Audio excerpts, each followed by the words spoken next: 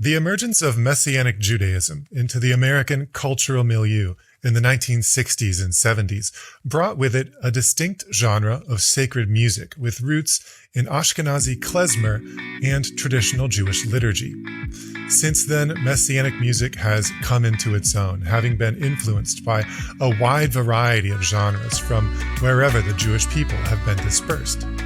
Our guest today, Dr. Greg Silverman, has recently released a documentary called Pioneers of Messianic Worship that chronicles the humble beginnings of this now iconic sound and gives us a hint as to what's in store for its future. You're listening to Messiah Podcast, where Jesus is Jewish and that changes everything. Messiah Podcast is a production of First Fruits of Zion. Create a free account at ffoz.org to start exploring the Jewish foundation of your faith and receive a free book from our store. Let me introduce you to my teacher, the rabbi from the Galilee. All right, well, welcome to Messiah Podcast, Dr. Greg Silverman. How are you doing? Doing good, Jacob. Thanks so much for having me on this. I've been looking forward to this conversation. Yeah, me too. Now you're based out there in Tucson, is that right? Right. I'm in Tucson, Arizona. Beautiful mountains. Starting to come off the ridiculously hot summertime here. Yeah, I was wondering if you guys got the hot like Phoenix does, or if it's a little more temperate there. It's not a whole lot more temperate. So in the middle of the summer, it's over 100 degrees. You're in Michigan, right? Yeah. And we will occasionally get over 100. And we got the corn sweats too. So it's a ridiculous, heavy, the sort of heat you can swim through, but, we don't get it that often. In the same way that in Michigan, you might spend a lot of time inside in the middle of the winter. In Tucson, you spend a lot of time inside in the middle of the summer. Yeah, that makes sense. Yeah. That makes sense. I've never lived anywhere like that, and I probably wouldn't make it. So for our listeners who might not be familiar with your work and just everything that you've contributed to Messianic Jewish music, tell us a little bit about who you are and what you do. Okay, great. So I'm a Messianic worship leader, a recording artist. I've been part of this Messianic community for, I guess, over 20 years or so. And I really love leading worship at Messianic synagogues, at churches, write music, videos, and so forth. And we have our own 501c3 that's been corporation for over 15 years. Silverman Ministries exists to share the good news, especially through worship music, and also has a strong emphasis on training other worship leaders. Oh, that's cool. Yeah, I'm a worship leader, and I have been since high school. Just for some reason, I don't feel like I'm that good at it, but it just keeps happening. I'll go somewhere just to be, and I'll be like, oh, let me just play bass guitar or something. And then a few years later, I'm in charge of the program. Nice. Just because for whatever reason, there's the need is there. And, mm-hmm. Yes. Yeah. It's wonderful. But someone to tell me how to do it would have been nice. That would have been great. Well, when I was first starting off with Messianic worship, I was, eager to try to learn from other people. And now that I've been doing this for a bit, I really have a heart, and our team really has a heart for doing just what you said, trying to be a resource or some kind of a help to people who are leading Messianic worship. Let's say they're just starting out, or they are looking for new songs to include, or different kinds of things. Yeah, I feel like when I was young, when I was in high school, all I thought about was technical ability and getting better, trying to figure out how to sing properly, trying to figure out how to play the guitar and the instruments and stuff. And the older I get, the more I feel like it's about connection. It's about connecting with the congregation. It's about connecting with God. It's about helping the congregation connect with God. And So I don't feel as bad anymore that I can't really sing. It doesn't bother me like it used to. You know, I mean, we can all try to get better. The connection piece is huge, and yeah, if we can just use whatever we got to be able to worship and praise Yeshua, and then for others to be able to watch and listen to us praise him, perhaps that could be a model for them to praise him too. Yeah. Oh, well said. So we've got you on here to talk about a documentary that is produced by your organization, your ministry. And you're sort of the interviewer, and I think really a driving force behind the project. And it's called Pioneers of Messianic Worship. Music is meant to be a context in which the people of God unify together in word and in song. So worship music is good worship music to the extent that it enables the people to participate. I think there's a lot of Christians who don't really know what Messianic Judaism even is. They know that it has something to do with Jews who believe in Jesus, but they may not realize the whole culture and lifestyle around Messianic Judaism. Yeah, Messianic worship is hard to define because Messianic music really is, sounds strange to say, but really is focused on Messiah. And it came out this year. And to all of you out there listening, at least some of your favorite Messianic artists, the old school Messianic artists. If you ever heard of Stuart Dauermann, Marty Goetz, Joel Chernoff, or Paul Wilbur, you're going to love this documentary because you get to hear their stories. Like they tell their stories themselves and in these fantastic interviews. And I watched it. And I love it. All of creation is worshiping the Lord right now, right this second. And there's a river of worship flowing towards God, towards the Messiah. This is what I long for future generations of worship leaders and believers to be able to experience. I want to be the kind of worshiper that the Father is seeking. This is what my life needs to reflect.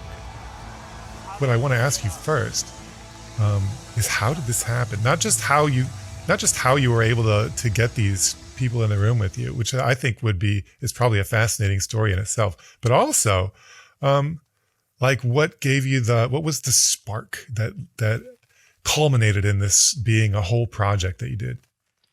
Well, it's interesting that we were talking about training worship leaders right before segueing into talking about the documentary, because my personal experience is that I was just trying to glean as much as I could from these older Messianic worship leaders.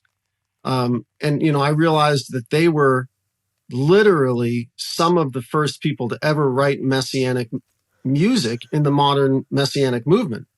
50, 60 years ago, there wasn't Messianic music yet. Right.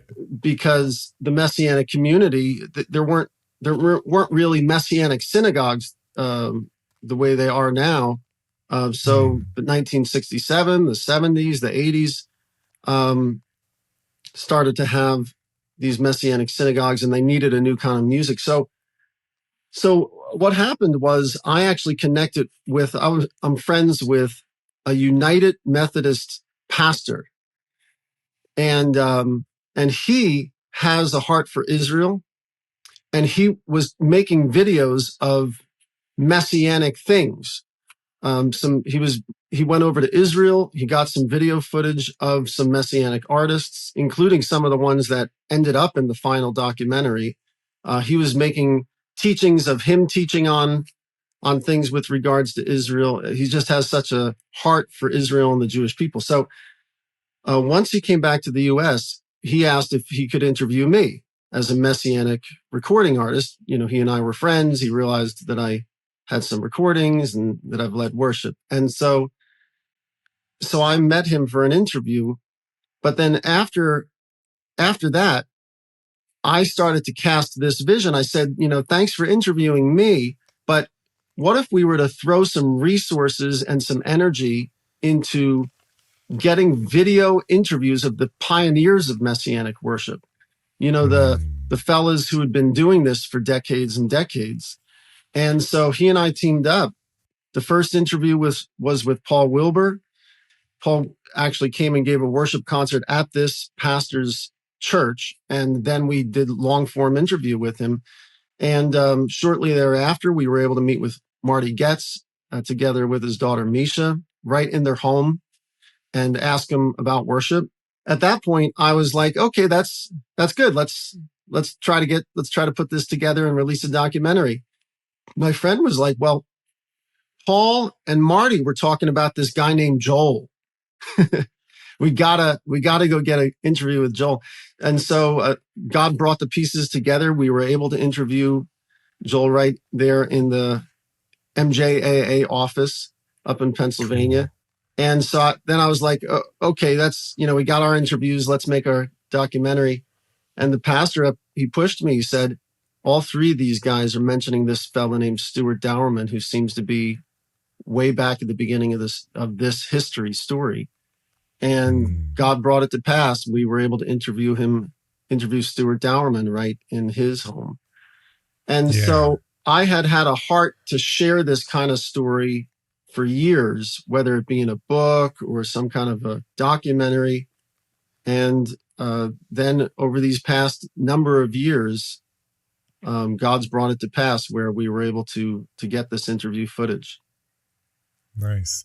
Yeah, I think the documentary works better than a book. I think it might be the only full length film that I've watched where the music credits are like 5 times longer than the rest of the credits. Because there is you have little clips from all these songs. It ends up being like watching the documentary ends up being like a musical experience. Which for me, I love that, because I've been trying to play piano since I was 4 years old. I've been using it like a toy basically since I had my first little toy, my little Kermit, my little Muppet Babies piano. Right on. Nice. Yeah. Loved that thing. When I was a young child, I had that little like Fisher Price xylophone kind of instrument. Oh yeah. It's laid out a little bit like a piano. Yeah, for sure. You talked about this thing of back in the late 60s, 70s, and the emergence of the Messianic Jewish synagogue as like a modality of worship, necessitating a new sound, a new music. Now, for all of the PhD sociologists in the audience, they have no trouble connecting the dots here. But, someone might wonder, well, why couldn't they do the Christian music, but just change Jesus to Yeshua? Or why couldn't they do a synagogue liturgy and throw in some verses from the New Testament? Whence emerged this oddly specific type of music that really ends up being like its own thing? Right. Yeah. It's really remarkable. And I get excited just thinking about it. And in the documentary, we hear Stuart Dauermann retell this type of story that he was living in New York City. I suppose it was in like the early 70s or something, maybe the late 60s. He became a believer and he wanted to try to find if there was any Jewish people who believed in Jesus. And he was able to connect with Moish Rosen and the beginnings of Jews for Jesus in New York City. And they were doing some kind of a messianic service where the atmosphere in the room was meant to look more like a synagogue than a church. The preaching, the messages were meant to have a Jewish flavor. But then when they would do music, they were still doing old church hymns because they didn't have messianic music yet. And Stuart highlights that there's a disconnect there. If we're trying to reach our Jewish people in a synagogue atmosphere way back in the early 70s, in addition to the preaching being Jewish and the atmosphere, the sound needed to sound and feel Jewish. And Stuart began to write some of the first Messianic Jewish songs, and they had some sounds that remind us of Ashkenazi Jewish or Klezmer or, Fiddler on the Roof kinds of music sounding. The trees of the field will clap their hands. The trees of the field will clap their hands. The trees of the field will clap their hands. And you'll go out with joy. You shall go out with joy and be led forth with peace. The mountains and the hills will break forth before you. There'll be shouts of joy, and the trees of the field will clap their hands. So that way, when our Jewish people come to those synagogues and they hear the music, it's not foreign to them. They're like, oh, I get it. I know this is a kind of music that resonates with me. While we're on the subject of genre, it seems like since then, and in some ways kind of rapidly, because there were other artists talking about, not everyone was doing that. There were people coming in, like being influenced by all sorts of different types of music. Actually, one thing I thought was really funny was when Rabbi Dauermann was saying the music was too goyish, so we need like Jewish music. And the thing I thought of was like how much of the goyish music was also written by Jews. That's great. What is Jewish music? Right. That's great. I was just watching another documentary recently on Jewish music with Broadway, and that came up a lot in there, where there's such a strong influence of Jewish composers for Broadway music, doing all sorts of styles and all sorts of sounds for the Broadway shows. Yeah. Right. But it did Messianic Jewish music did branch out.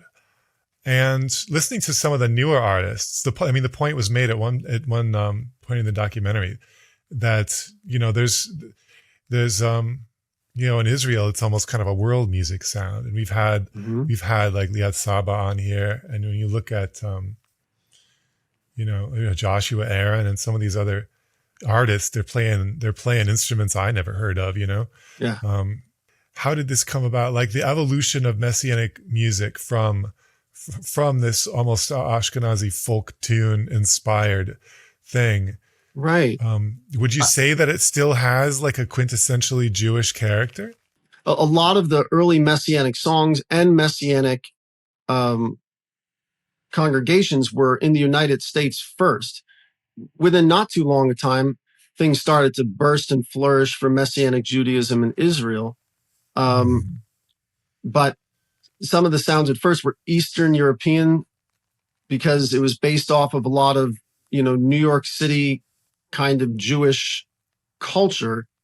And so we get those kinds of klezmer sounds, but yet totally as something that I would like to study more about myself is learning more about the history of Messianic music within Israel. Presently, a lot of our Messianic music is centered around Israel and has that Middle Eastern sound.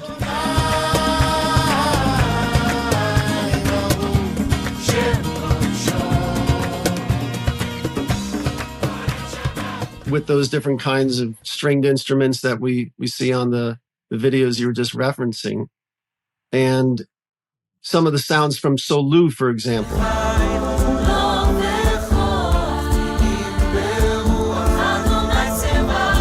Just Israeli, Middle Eastern, and then some Ashkenazi klezmer in there as well.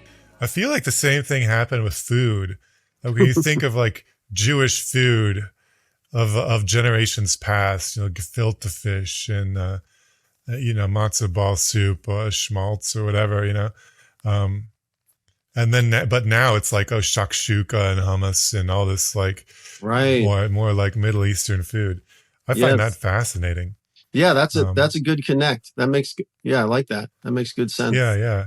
Well, if you get all the Jews together, because it's not just Ashkenazi. I mean, you got Mizrahi, you got Sephardi, and they are going to have their own food traditions, music traditions that Right. are from over there, from North Africa, from the Middle East. So I think it's cool. It's all coming together. Yes. Yeah, but that's right. Our people were dispersed in the diaspora all over the world. So now that God is regathering our Jewish people, they're coming back from so many different cultures. South America. I was recently at a conference and there was a whole session on people who are part of Catholic families, but they have Jewish relatives in the history. Yeah. And Conversos. yeah, and how much salvation we're seeing, Jewish salvation we're seeing through Hispanic, South American cultures, those regions. And so that would bring a whole nother sound that would bring all kinds of other sounds into our musics. Yeah. So the eclecticism that we're seeing, like it's in a sense, it's a foretaste of the redemption, right? Because we're talking about the return of the exiles here. Yeah, it's good. It is good. It is good. Right. I love it. Hey, just wanted to take a second here to remind you that when you like, comment, and subscribe, YouTube is more likely to recommend this video to other people.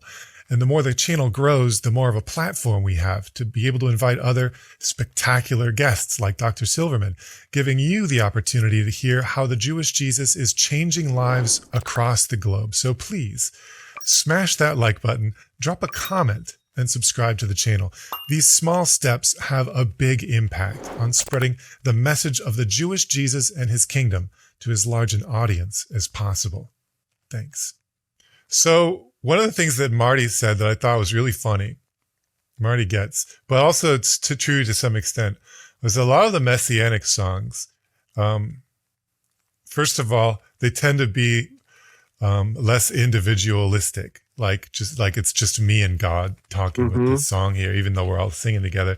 And they tend to be like more focused on God rather than focused on the person who's singing, which resonates with me a little bit because, a couple times a month I'll go on to praise charts to see what's hot and what's new, which often is the same thing. Everyone wants the hot new song. And I'll go down. You can listen to like 1.5-minute clips of all of these new releases, or sometimes something that's older is hot, but just go down and click play, sort of see what's out there, see if there's anything good that I want for my church. And I feel like 90% of the time it's like, oh, I was walking my cat through the park and saw a bird and it reminded me of the Holy Spirit. And it's like, next.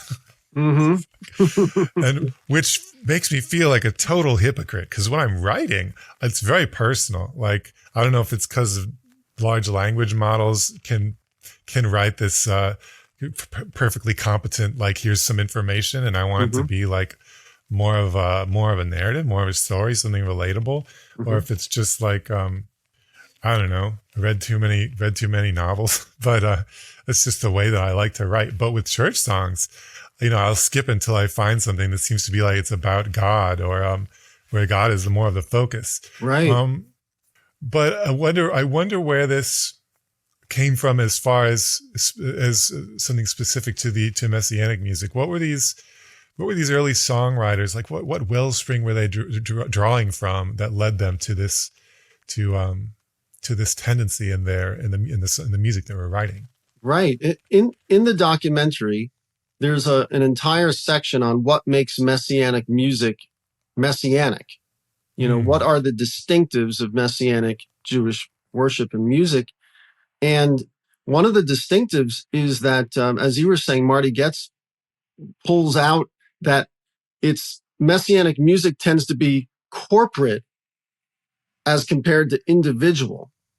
Yeah. And then a lot of times for worship music, contemporary Christian music, and things like that, it has a lot to do with my experience with his presence, my experience with Jesus.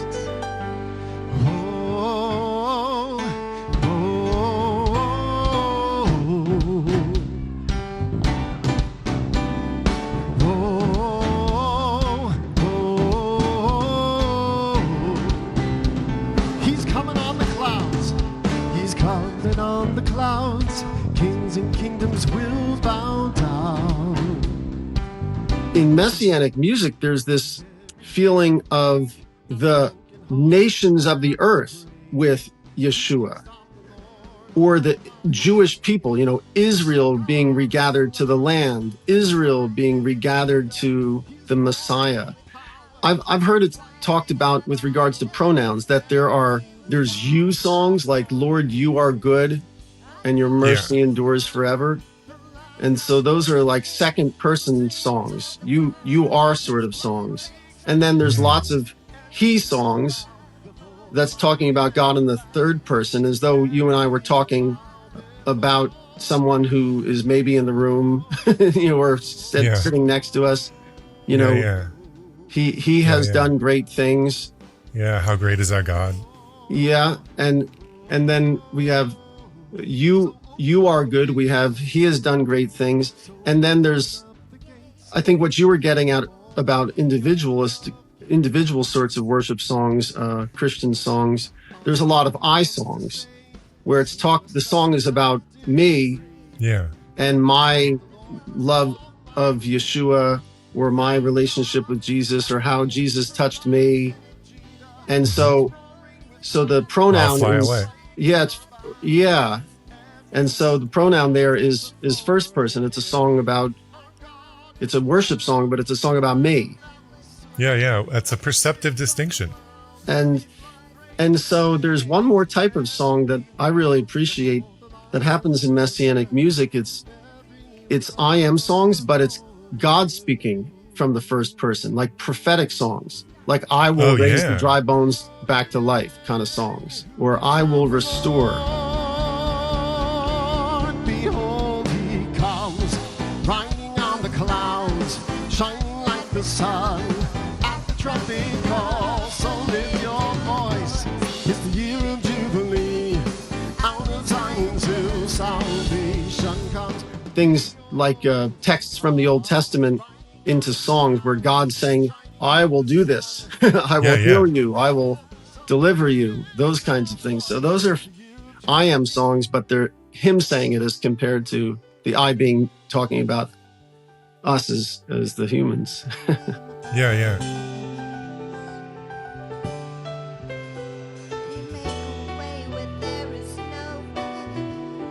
You've made a way where there was no way.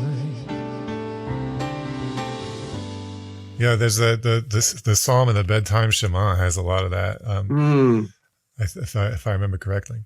What do you find? There's another pronoun that I feel like you might find more in Messianic music than in the standard, the type of songs that are popular today. Are there some we songs? Right, totally. It feels, when I'm leading worship, it feels better a lot sometimes to try to put the songs in the plural, because there's times when you and I praise God privately. If I'm in the car, I worship God sometimes, or if I'm in the kitchen washing the dishes. But that's not what's happening when you're in a congregational setting. It's those, right. Those are corporate we songs. Lord, thank you for blessing us as a group, as a congregation, as a people group, as the nation of Israel, as the body of Messiah worldwide. Right. Yeah. I like that a lot. Yeah. I wonder if this, because when you look at traditional Jewish prayer, when you look at a Siddur, very rarely will you see my God and the God of my forefathers. It's there, but not very often. What you see 99% of the time is our God and the God of our forefathers, right? Right. So I wonder if that was that. Do you think that was something that informed this tendency? that's a great idea. That's a new idea to me, that the language of the Siddur got us to corporate. I just think that there's an overall understanding within Messianic Judaism that this is about us as a people group. It's not only about individuals. We worship him as a people set apart unto our God. With regards to the Siddur, one of the characteristics of Messianic worship, and this does come out in the documentary, are liturgies. Within Messianic worship, there's a lot of incorporation of ancient Hebrew liturgical prayers. Either the melodies of those prayers as bits or pieces of songs, or simply Messianic recordings of the liturgies. The liturgical prayers from the Siddur are really very important.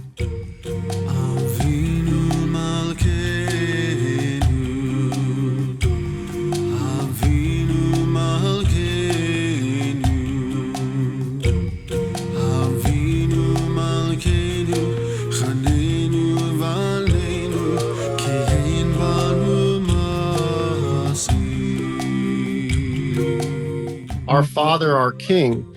It's one of the liturgical prayers, and this is a piece that a bunch of years ago I got an opportunity to record it in the Nashville area with one of the producers there, Dan Needham, and it was really in my heart and a desire of mine to be able to collaborate with some other artists for it. And so I contacted Paul Wilbur and Joshua Aaron. They were both willing to sing on it. Nice. Actually, around that time, Paul Wilbur was recording with that same producer, so he was able to sing his part of the Avinu Malkeinu as part of a visit to that same producer. Anyway, Joshua Aaron sent his tracks in. We never sang it at that time. We had never sung it all together at the same time, but you hear all three of our voices on the recording.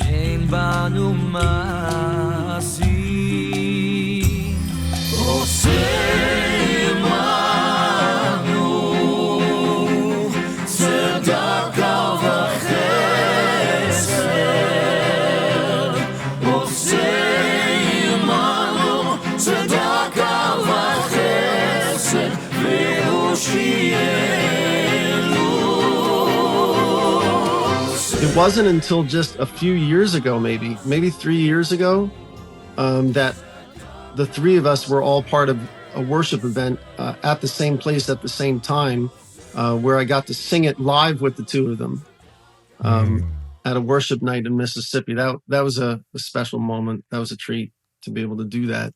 When we hear Messianic artists incorporating Hebrew liturgies into the music, I think it helps us remember our roots. It helps us be more connected with our Jewish people and the prayers from the Siddur, the prayers of historically the prayers of our people.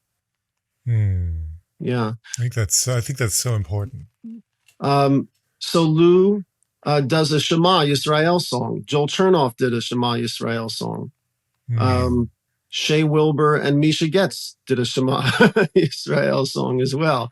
So, taking the liturgical prayers and incorporating them into the songs. Yeah, that's great. I love the liturgical prayers. They've been, there are a couple, or one or a few really traditional liturgical, like Orthodox Messianic synagogues. And, I've been, I've been to them even for like holidays, for Shavuot and things. Just the 4-hour Shacharit into Musaf and all the melodies, singing all the melodies. It's like, wow, this is cool. Yeah, this is cool. I mean, it's like training your soul to like stay focused on God. And yes, I feel like that sort of thing should be in the list of spiritual disciplines. Along with fasting and other things that sort of test your mettle and build you up a little bit to train your mind and your soul. Right. It feels like it really does something that a 15-minute worship set with 4 electric guitars and 5 synthesizers. It doesn't, but that does something. Like that does something different. I love that music. I do it every week. Mm-hmm. But I love the liturgical services. So Right. I really like it when I hear those come out in a Messianic artist's repertoire. Right. Yeah, I agree with you that the liturgies are very beautiful. I was at a Messianic synagogue for Rosh Hashanah just earlier this week, Monday night, Tuesday, Beth Shalom in Corona, California. This is actually the synagogue of Robert Bloch leads it presently. His father, Rene Bloch, who's still alive, he was the saxophonist from Israel's Hope, from the 3-person group that Paul Wilbur, Mark Japinski, and Rene Bloch from, I guess, the 80s. Okay. So Rene Bloch was the saxophonist of that group, and so they took out the flute and he played some together with the worship music, even just this Monday night. Wow. Yeah, that was special. Wow. So their synagogue has a lot of liturgy around Rosh Hashanah compared to what I'm used to. Just really going deep into the liturgical prayers, leaving plenty of time for the liturgy prayers, and it's beautiful. Those prayers are beautiful. Yeah. I love it. I love it. They truly direct the heart, It's people talk about like real hardcore Calvinists and some of these guys, Baptists will talk about the real conservative ones will talk about how, the music should be for teaching. It should be didactic, right? That's why the hymns were written. The hymns were written to teach doctrine to people who fall asleep during the sermon. I don't know. But I think, the Jewish liturgy, the traditional Jewish liturgy, it does that. You learn a lot because like 90% of it is just Bible verses put in a specific order. Mm-hmm. But it's also like, it teaches you what you should be thinking about, right? It teaches you like for the rest of the day, this should be in your head. The Shema should be in your head. You should remember God's oneness and the fact that there's just one God, and He's the God for whom in whom we all exist, right? And the longing and sorrow over the destruction of the temple, thankfulness and gratitude for all of God's many blessings. Yes. All these things are repeated so many times that it's just like I think the point is this is sort of where your heart and your mind should be. Yes, today. Right. Yeah, not only that's where your heart and mind should be, but by listening to those liturgies, a lot of times we find ourselves just singing them to ourselves at other times. Yeah. So we're literally reciting these things at other times during the days. Yeah, it echoes in there. You've got Adon Olam bouncing back and forth. Yes. It's a good place to be. It's a good place to be mentally and spiritually. Depending on who's listening, I'm sure a lot of people already have Stuart Dauermann, Marty Goetz, Joel Chernoff in their playlist. But something happened with Paul Wilbur because I live in rural Michigan. I first learned how to play guitar. I don't know why I'm telling this story. I just think it's funny. I first learned to play guitar and lead worship on an army base in South Korea. And this was before a lot of the technology we have today. We're talking like early 2000s, 2000, 2001. And there weren't a lot of resources, all the resources you have today. YouTube wasn't really like a thing yet. And we didn't have the new hot songs. What we had was like whatever people brought over when they came from the States. Yeah. It's like old Vineyard stuff and like songs I still remember. But it was sort of like that you got when you went there, you learned that community's lexicon, like you learned their songbook.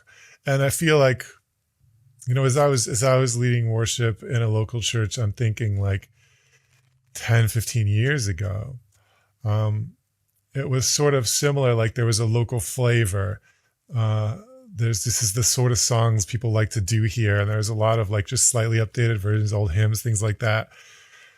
And so I was amazed to see the penetration power of Paul Wilbur, because it seems like every youth group and every church in this fairly remote location in rural Michigan was doing his version of Days of Elijah. Mm-hmm. And I wondered if you had any insight, because as far as I know, no one has captured the hearts of so many with their music, so many in the mainstream church. What did he do? What did he do right? Love that. I love that. I'd have to think on how to quantify that or explain it.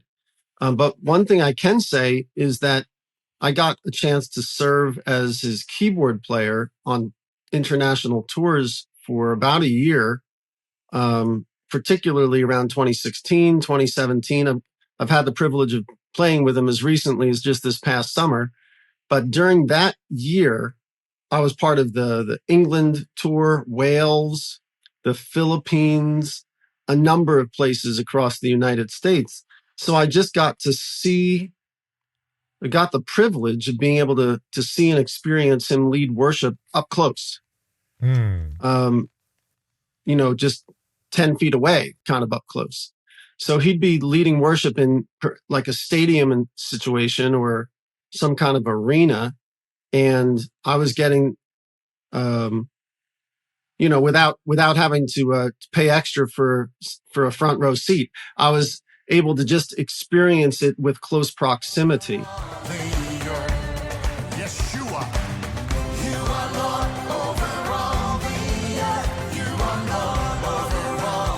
I found it just him to be the real deal, just truly touched by God's presence.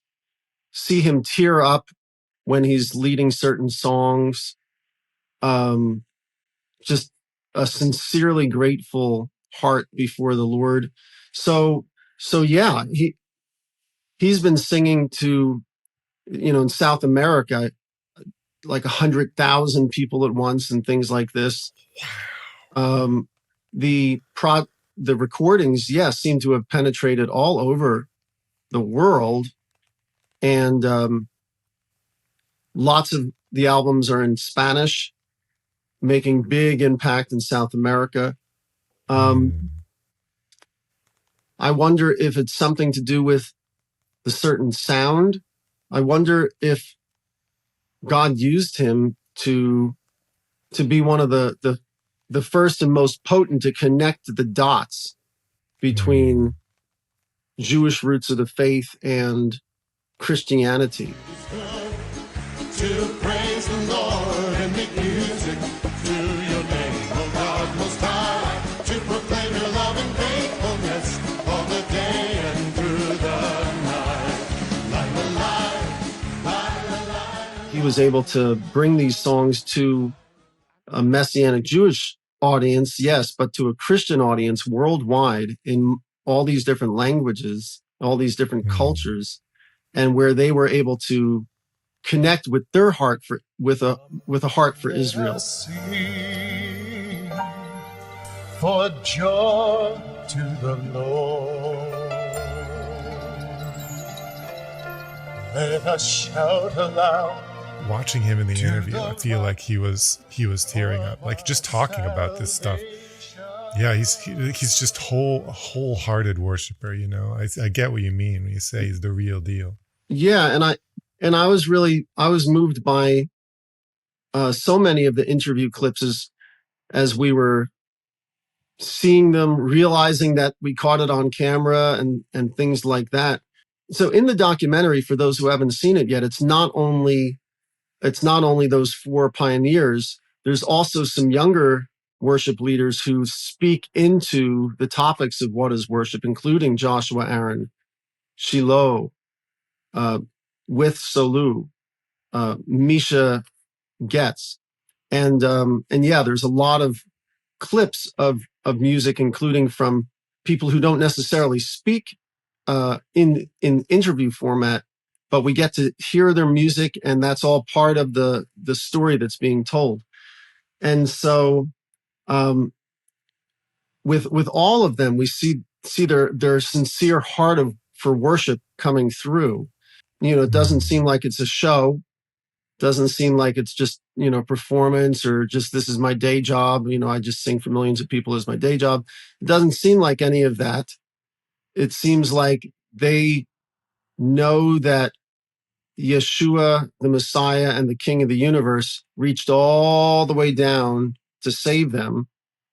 And they've surrendered their hearts and their entire lives over to God. And then as part of that, they have this expression of singing to him. It's powerful. It's one of those things people can do that just connects in a deep level. It's just such a powerful way for God to draw us to himself. And I'm thankful that you were able to get some of the younger people on there too. As it's weird because I'm about to turn 40 years old, and watching Rabbi Dauermann talk makes me feel young, But to see the younger guys up there, that was nice. That fire, the energy. Yes, right, and that there's a future for Messianic worship. Yeah, exactly. Yeah, that there's way more to come, and then a passing of the baton that's occurring. That's going to end up occurring, and that there's some younger artists available to grab the baton and run a lap. Yeah, and I think how gratifying it must be for the people who kicked this thing off to see that there is a next generation that is going to carry it forward. That's what you want to see. You don't want to be the pioneer of something that ends when you are called home. Right. That's a good point. Then you're not a pioneer. You're just kind of a weirdo. Yeah. So Marty had a statement that I thought was really interesting. It really surprised me. It caught me off guard when he said this, because he was talking about how the sounds are changing, and this is more different instruments, different types of arrangements, and different sound. And he was saying, look, the Messianic Jewish music in the future, this is going to be centered in Israel. And then he sort of tagged on this little thing, like, because Jewish life in the United States is and he stopped and he's like, well, we're still here. But he seemed to have this this sentiment or awareness or whatever one might call it, that real Yiddishkeit, or like what it means on a deeper level in music, right? Like that the center of that identity seems to be more and more in Israel, to the point where like everybody should be looking at that and not necessarily what it might have meant in years past to find one's Jewish identity as someone who eats bagels in New York or whatever, the sort of cultural trappings of American Jewish life, Jewish identity. He sees this as being like a bigger change, a deeper change. Is that something that you see? Is that something that you agree is happening? The Yeshua came to Israel, the gospel light went out to all the nations, and then in the end of days, that light shines back towards Jerusalem. Things are coming back to the focus point of Jerusalem. I have a friend who once had a vision or an imagination where, just saw this light in the middle of Israel or Jerusalem, and it just goes out to everywhere.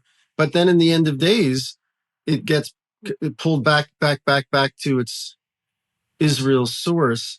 And this is kind of how the gospel message has gone to every nation. But there's a center of gravity. It seems like there's a center of gravity. One of the folks in the documentary called it back to Israel again. And I remember which quote you're talking about, and I agree with it. It seems like there's more and more focus back to the Holy Land. Yeah. It's that vision reminds me, is like the way that I've conceptualized this for a long time is like just casting a really wide net, right? Just cast this really wide net with a gospel message that was not really Israel centric, and there was not really any mention of Jews or Judaism, and it was just kind of like it was made into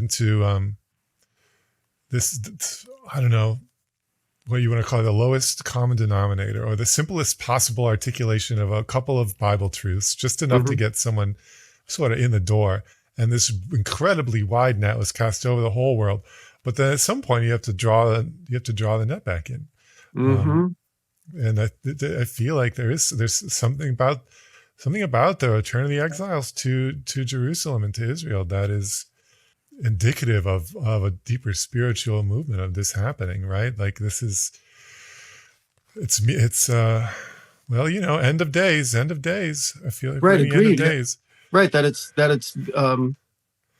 quintessentially biblical at the same time, where there's Bible verses that say that I will bring you back to the land again. And so that seems to be happening in more ways than one. Like people are physically going back to the land, but the worship and the music seems to be focusing back to the land. And you mentioned that even culinary, that in so many dimensions, when God says, I will bring you back to the land again, it seems to be happening in perhaps every area of life, not just, people making aliyah and moving their address. Well, we have our Torah Club small group Bible study going on right now. Is End of Days, so it's not too late to go sign up for a Torah Club. You can learn about the end of days, learn what Revelation really means, and learn what's likely to happen in your lifetime. All right. Well, if people want to watch the documentary, you can find it on YouTube. We'll throw a link into the description of the podcast here. And if people want to keep track of your music ministry and whatever is happening with you in the future, where can they find you? Like, are you on social media or? Yes, we're on social media. And so people can follow us on Facebook and Instagram and YouTube. And so all of that information can be gotten from gregsilverman.com. Just my first name, last name.com, gregsilverman.com. And from there, you can get to see the documentary. You can hear our recordings, and you can learn also about some kids camps and some things that we're doing to train and teach and train worship leaders, young worship leaders, any age worship leaders. There's one more project that I'd like to mention just briefly, is that shalomsongs.com is one of our websites, and that's a place where there's sheet music and chord sheets for Messianic songs, so that Messianic worship leaders can have a one-stop place to get some new chord charts for Messianic music. Great. That's good. That's an underrated resource. Chord charts. I banished music stands from the stage at my church, but we haven't spooled up the software to put the chords on there. So if anyone wants to come play, I'm just like, you have to memorize the songs. Yeah. I'm tired of having music stands everywhere. We're not the Tokyo Philharmonic or whatever. There's 4 chords. Remember them. Yeah. There you go. All right. Well, thanks so much for your time. It's a fantastic documentary. Everybody go watch it. And this was a great conversation. Thanks for coming on. Thanks so much for having me. This has been a real treat to speak with you. Well, thanks for joining us today on Messiah Podcast. If you enjoyed this episode, please leave a review along with a 5-star rating. If you want to learn more about the Jewish Jesus, create a free account at ffoz.org and start studying the scriptures from a Messianic Jewish perspective. We'll even give you a free book. Messiah Podcast is made possible by the generosity of our First Fruits of Zion friends. FFOZ friends are people like you who partner in our mission to reconcile disciples of Yeshua with God's prophetic promises to Israel. Tune in next time for more great conversations. Until then, I'm Jacob Franzak. Shalom. Put your hand in mine together. We will walk in harmony. Let me introduce you to my teacher, the rabbi from the Galilee. Let his word